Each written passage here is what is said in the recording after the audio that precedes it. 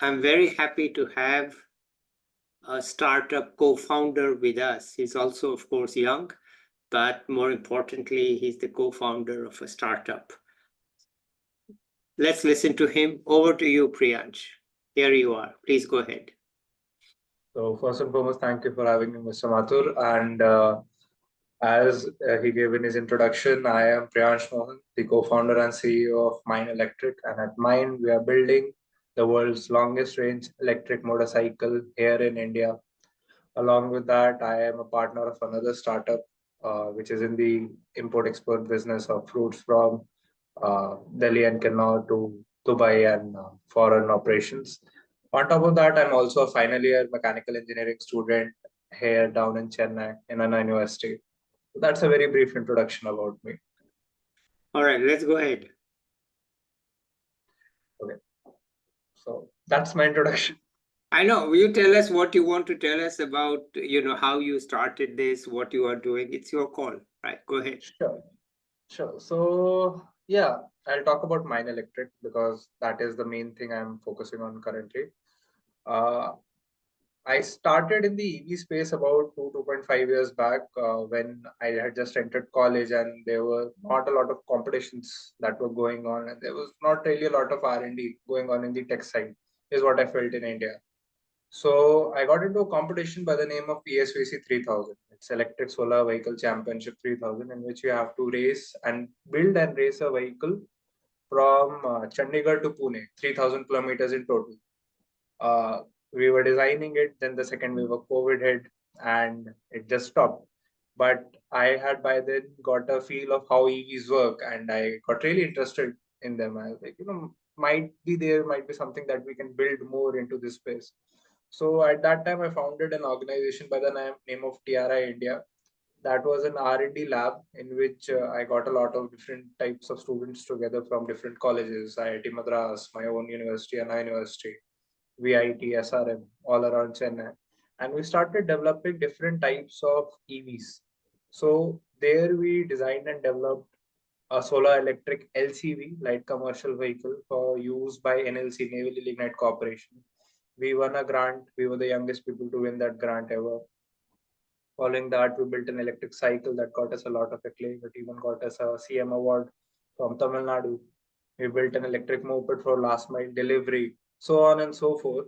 And it was really fun overall working at TRI and learning about EVs, learning about the automotive field in general. Around that time, I went back home. I actually hail from Delhi, and yeah, we were going from Delhi to Chandigarh, and there's this beautiful expressway there, and I was loving the view, and it suddenly struck me all of the electric vehicles that I had built at that point, I would have not been able to use it on the express. Not at all.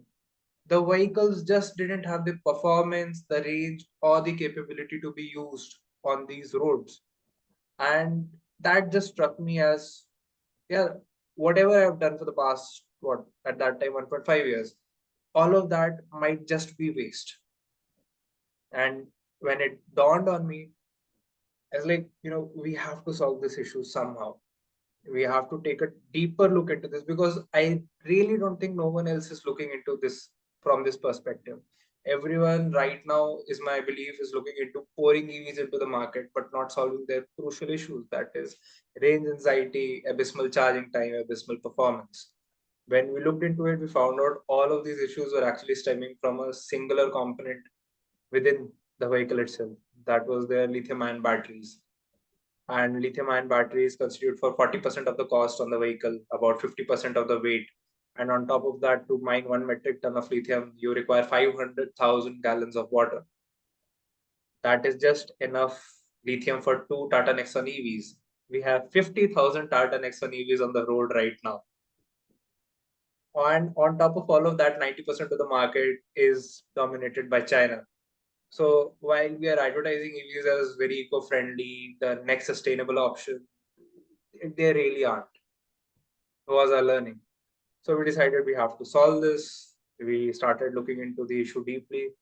And that is when we started developing our fuel cell technology, which has currently reached TRL 5, that's technology readiness level 5. and we are on our way to actually prove 800 kilometers of range from our motorcycle that we have designed, developed fully in-house, every subsystem. And yeah, that is what we have been working on for the past 1 year, 5 months, I would say, at Mine Electric. And this is how Mine Electric was founded. This was the base principle, giving something that a person can be proud about. Mine is my for German. In Okay. German, sorry. So when you say fuel cell, you mean hydrogen? No, No. not hydrogen. It's a proprietary fuel cell, never been done before. Okay. That's the thing with chemistry, right? There are 1,000 different ways to do the same thing. So Yeah. not all fuel cells are hydrogen. Not all fuel cells require oxygen. Okay. That is what we have been working on. It's basically a solid state fuel cell. I shouldn't say much more than that because it's No, proprietary. I don't want to know anything, right? I'm just happy that you are doing it. I just want to hear what you are doing. Sure. So yeah, that is what we have been developing, and we are making the system to be used in all types of automobiles. First, we'll break the market. We want to break the market with the two-wheeler side, with our motorcycle. Then we want to get into partnerships with OEMs to provide it to companies such as Ashok Leyland, Hinduja Group, Bharat Benz. We have already have soft connects with all of these companies. So they are looking on to us when we develop it. We will have deals with them for sure. We'll develop it for them too in the future. So you are not going to make the motorcycle. You are going to do what? I mean, you are not a motorcycle manufacturer, right? No, we are. You That's are. the thing. We are for sure. Thing is, we are an OEM, original equipment manufacturer, but the definition is very stunted. It's like mostly you will assemble, you will design everything, you will give out the order to a manufacturer, to a manufacturer. Let's say I've designed a motor in house that is for my vehicle. I will design it, prototype in house. I'll see, okay, this is a good design, and I'll send it out to manufacturer, true manufacturer. He'll make it for me, and then I'll assemble it in house. So, okay, I understand. That's the model. You are not the manufacturer, you are the designer, and there is a experienced manufacturer who's who will do it for you. Okay, so it's like Foxconn making iPhones, right? So yeah. So honestly, everyone in the automotive world does this only. Like that's the status quo, and I believe that's the most efficient way to go about it too. You can't do everything right. Yeah, no, you can't. No, I understand, right? So I'm just trying to understand the model, because you are not going to set up the factory that will manufacture. There's a person who already knows how to make things on scale, and so they make to your specs, and you become you don't even assemble. You are just the designer, and they make it, right? Like we will assemble it. Honestly, all the end components we have to assemble it because there will be some proprietary tech that we'll be adding at the end stage. For example, the fuel cell, that is something that we have to manufacture on our own. India doesn't have the capability to do that. So that is what we are raising our funds for right now, to manufacture that, then have an assembly line for our first 50 units, and then so on and so forth. So how can you do this while still taking exams? Okay, that's a nice question. I get this question a lot. Well, it's like I have cut down my life to just two things, right? Mine Electric is my focus, and exams are the side things that I do for fun. Yeah. All right. When will this life of yours end? What is the exit? July 2024, my college will be over. Okay. My degree, BE Mechanical. Okay. So after that, it will be only this. So who's paying for all of it? So we have had investment from Tamil Nadu government quite a lot of times in forms of grants and support and incubation. We are incubated at AIC Anna Incubator, which is one of the best incubators here in Chennai. They give us our space, they leave us alone to, do wild things. Like we have put the lab on fire, we have had to use and call fire extinguish. All these things we have done. So Tamil Nadu government has paid for it in part. Then on top of that, we've also had non-dilutive venture grant from venture capitalists such as Grad Capital and Emergent Ventures, backed by Peter Thiel Foundation. And we are gonna raise our funds pretty soon by February or March of 24 when we are able to do the TRL6 of the vehicle, which is technology readiness level 6. Yeah. Okay. Let me just ask you a side question, which is not about your company. What do you know about the, and I'm asking out of ignorance, okay? What do you know about the electric three-wheelers that are now in, the rickshaws in big Yeah, cities? What do you think of those? and I would say that is where EVs really shine, right? It's high load, everyday usage, but for low range. So that is where EVs really shine, because if you look at it, what's good about EVs? They are extremely good at low speed. Their efficiency is huge. See, to buy it might be very expensive, but the usage cost is almost nothing. It's like 0.6 to 0.8 rupees per kilometer. Compare that to petrol's 3 to 4 rupees per kilometer, it's nothing. So you save cost while you're using it. The upfront cost might be high, but yeah, for three wheelers, I think that's the best use case of current types of EVs, I would say. But that involves battery swapping. Well, not for a lot of people, because this is a controversial opinion, but I don't think battery swapping is really gonna go anywhere in the Okay. future. Okay. Because, as I said in the starting, lithium ion batteries form the core, the heart of an EV, and they constitute for 40% of the cost. For example, if I'm buying a three-wheeler for taking it around the city and carrying people for 1 lakh rupees, if I need to actually change the battery out in the future, it would still cost 40,000 rupees. But for battery swapping, they're like, you just swap the battery out from a local vending station for batteries. But what if the battery that you're swapping out is old? All these batteries don't have a lifespan of more than 3 years. After 3 years, they are dead. You won't be able to use that lithium ion battery anymore. So yeah, battery swapping. And then what if you lose? Someone just takes that battery from you. From a company perspective, that's a very bad financial decision, right? It's a very high capital thing, and it's very high risk too. So all of these auto rickshaw drivers, what if they just choose to take your batteries and don't return because they can charge it on their own too, right? So you just got scammed too. Mm-hmm. So that's my take on battery swapping. It has worked in countries like Taiwan because the culture there is like that. In India, the culture is different. So I just don't believe battery swapping has a huge future in India. So people need to look at a different technology to actually promote lithium ion if they want to promote lithium ion further. Okay. So, I actually don't even call them EVs. I call them BVs because they are battery Okay. vehicles. Okay. Yeah, The true. electric vehicles gives you the idea that you have some power supply and that's running it. It's actually a battery vehicle. So to emphasize Agreed. your point, I agree with you fully that we should just call them battery vehicles. And that makes it clear True. that it is all about batteries. That you have to charge them is a issue, but really it's about the battery. Agreed.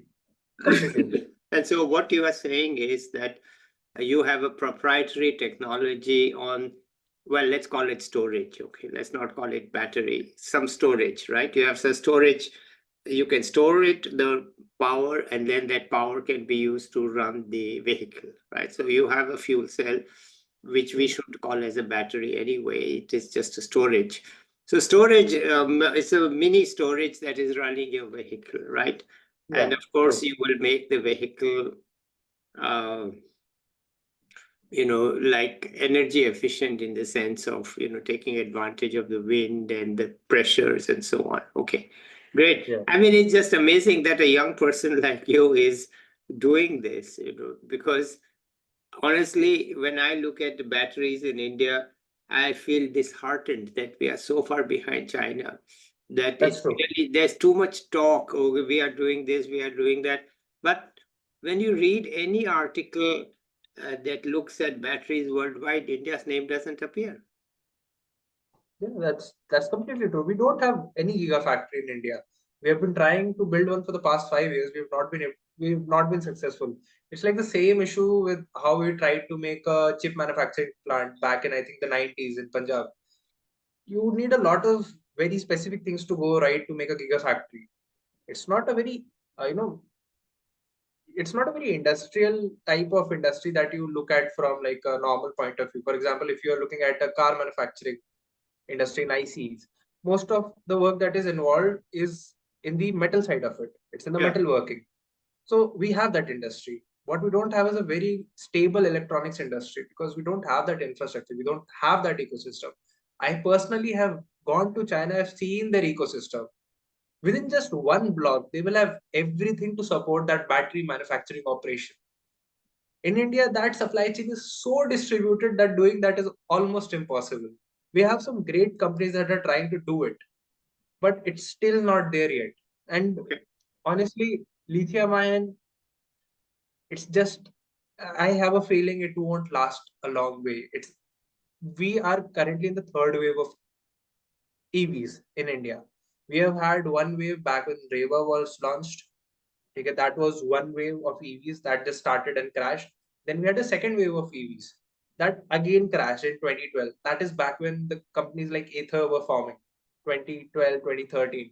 And this is the third wave of EVs in India, 2019 onwards, since we have seen the rise of Ather, Ola, and companies like Revolt and Tata Nixon came in with their huge, quantity of, they were able to sell their EVs for. So the third wave of EVs is completely supported by lithium ion. Yeah. And as I said, lithium ion only has a life cycle of 3 years. Hmm. So my prediction is 3 years down the lane, 25, 26, you will see another huge drop, massive drop. But it's just a speculation. We'll see. No, I am glad you are making the speculation and not me, because the whole world is trying to move to sodium ion or something else. And we cannot just bank on lithium ion because, everybody knows the flaws with lithium Yeah, ion batteries. It's just, the technical flaws, the back end problems of water supply, mining lithium and all. Those are all now known to even people like me. So we understand that, look, this is not going to cut it. So what is the option? You are saying you have a proprietary fuel cell. Well, congratulations. That's where we need to be headed. And it doesn't have the back end of water and all the pollutions and so on. That'll be yeah, fantastic. And I'm glad that India has young people like you who are actually trying to do it. And there's money to support you because you can't do it without money. agreed. Yeah. The next decade is for Indian startups. Yeah. That's for sure. Yeah. When I came into college, why did we become a startup? It was a research and development thing, right? It's because there was an ecosystem to support us, which Yeah. has been made in the past 3, 4 years only.